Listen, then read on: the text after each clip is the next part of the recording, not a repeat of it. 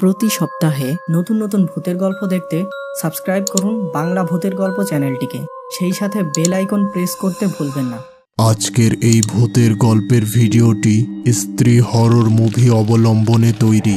গত ভিডিওতে আপনাদের পরিচিত ভুতুড়ে স্কুলের নাম জানতে চেয়েছিলাম।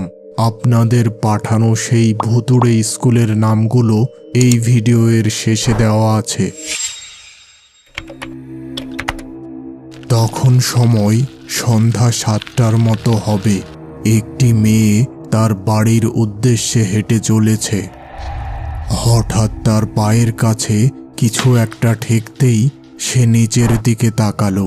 একটি কালো বলের মতো জিনিস পড়ে আছে। সে দ্রুত ওই জিনিসটি হাতে তুলল।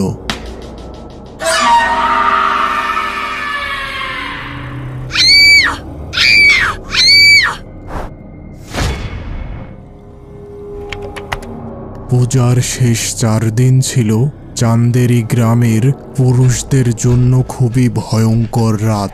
কারণ এই সময় রাতের বেলা ওই গ্রামে একটি মহিলার প্রেত নেমে আসত এবং পুরুষদের ধরে নিয়ে যেত। গ্রামের সকলে ওই আত্মাটির নাম দিয়েছিল স্ত্রী। বেঁচে থাকতে ওই মহিলাটি পেশায় যৌনকর্মী ছিল।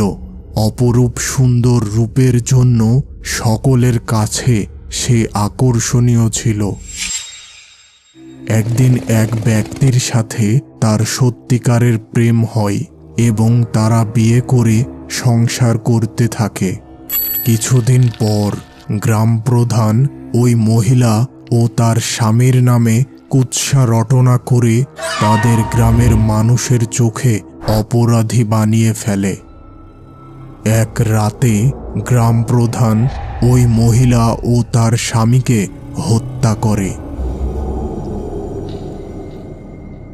এর কিছুদিন পর পূজার সময় ওই মহিলার আত্মা ফিরে আসে ওই গ্রামে, আর সেই গ্রাম প্রধানের মাথা কেটে তার প্রতিশোধ নেয়।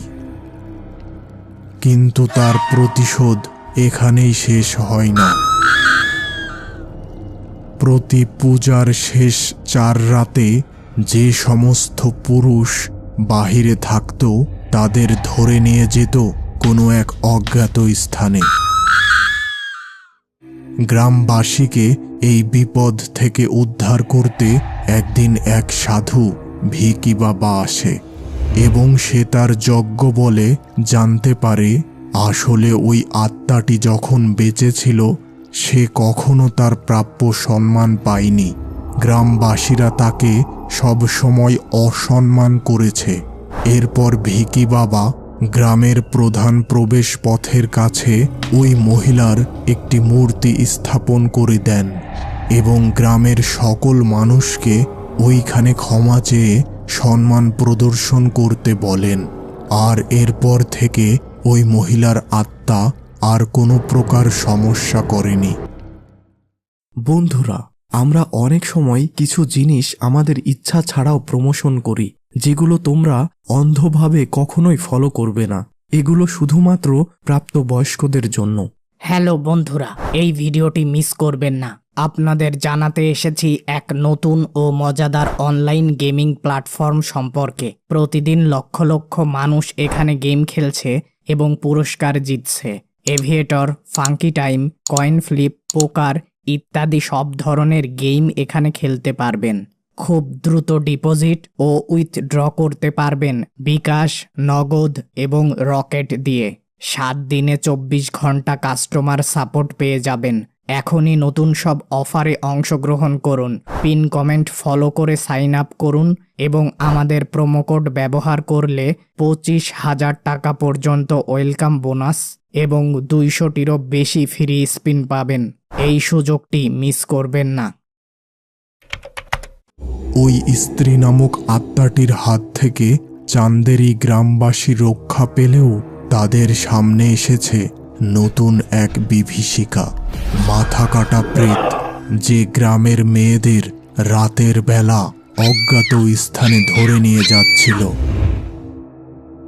গ্রামের মানুষেরা আবার ভিকি বাবার কাছে যেয়ে এই সমস্যার সমাধান চাইল। ওই দিন ছিল পূজার শেষ রাত। সন্ধ্যা থেকেই ভিকি বাবা গ্রামের একটি শ্মশানে ধ্যানে বসেছিল। সে জানতে পারল এই মাথাকাটা প্রেত হলো ওই গ্রাম প্রধানের প্রেত, যে ওই মহিলাটিকে হত্যা করেছিল এবং পরবর্তীতে ওই মহিলার আত্মা ওই গ্রামের প্রধানের মাথা কেটে হত্যা করেছিল। আর এর জন্যই সে একটা মাথা কাটা প্রেতে পরিণত হয়েছে। গ্রামে ওই স্ত্রী নামক প্রেতটি না থাকায় সে তার কবর থেকে উঠে এসেছে। এখন এই প্রেত থেকে মুক্তির উপায় হলো ওই সেই তরবারি, যে তরবারি দিয়ে ওই মহিলা গ্রাম প্রধানের মাথা কেটেছিল। এবার অনেক কষ্টে ওই গ্রাম প্রধানের কবর খুঁজে বাহির করে ভিকি বাবা। গ্রামের একটি লোক দিয়ে শুরু হয় ওই কবর খোঁড়ার কাজ।